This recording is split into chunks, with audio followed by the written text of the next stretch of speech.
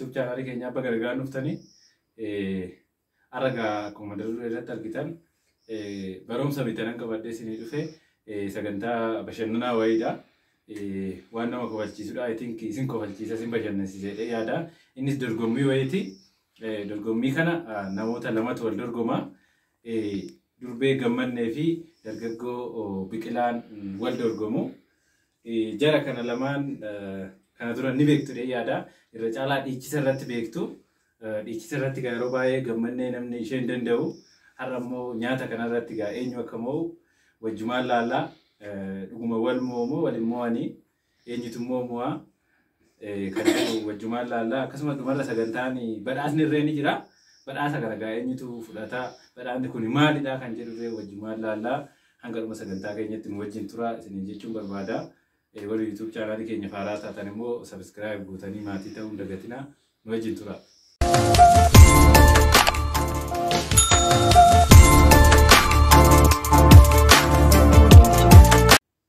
Maqaan koo Gammannee jedhama. Ayyee meeqa dorgommii kana dhaggeeffattoota keenyaaf ibsi dorgommii kanarraa maali? Yaa'u dorgommii kana booda badhaasnis akka nu qophaa'e dhageera. Badhaasicha sana argachuudhaaf sirriitti cimee too nan dorgoma. Nan injifadhas. Nan dorgoma. Nan nyaadha sirriitti nan injifadhas. Ayyee. Maqaan kiyyaa Biqilaa jedhama. Guyyaa har'aa kan nu dhiyaate dorgommii nyaatati.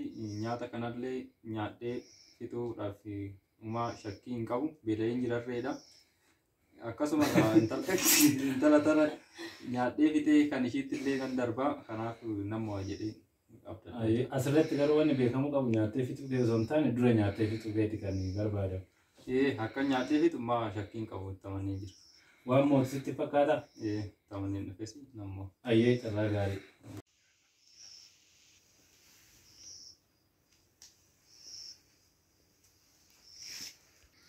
Ayyee egaa dorgommiin kun akkuma argaa jirtan kun wanti wal dorgomanis waan kanarratti paastaan sahanii lama guutee fi dhiyaatee jira.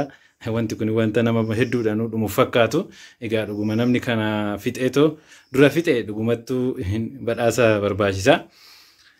Amma jalqabuuf jiru jechuudha.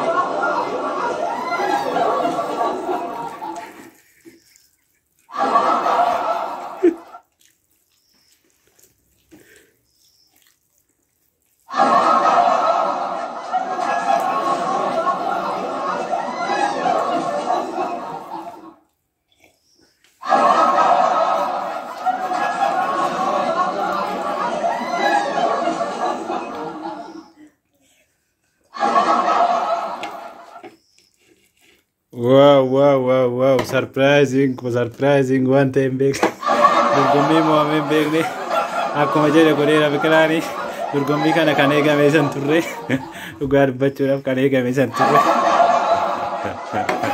inumaayyuu gargaaraa jira akkuma jedhe gargaaraa jira.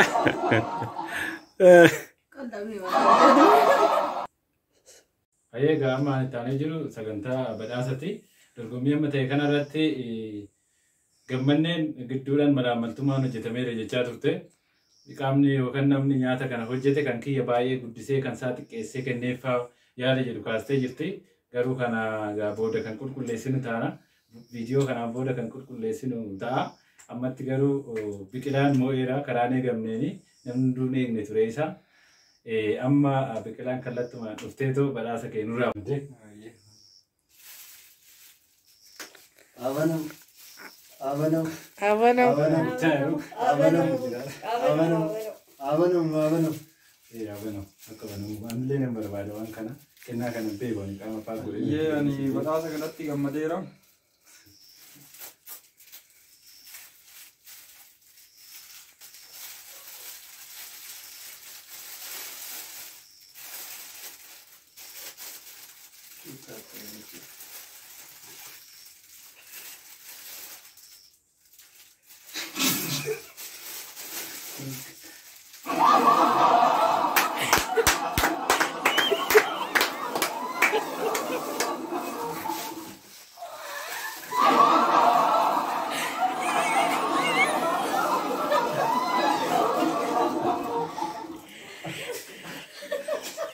Kennaan kun waan lama fakkaata. Akkan argaa jirutti waan lama natti fakkaate.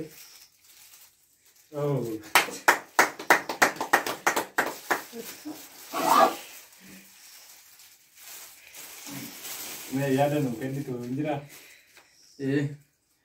Asirratti nyaata kana nyaadhee injifachuuf yaafillee gammadeera. Jalqaba gaafa shunkaa kana argu na barbaachisa ture sa'aatii nyaata nyaata sanitti. Barbaadee dhalee ture jechuudha shunkaa kana. Salumaan quba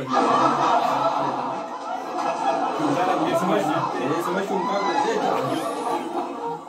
Asitti immoo kaardii argadhee kaardii abbaa birrii 25 argadhee nyaata nyaadhee garaa irra dhukkubaa Ayyee baga gammadee jechuu barbaannaa dorgommii kan jiraate isarratti akka ati mootu abdii qabna.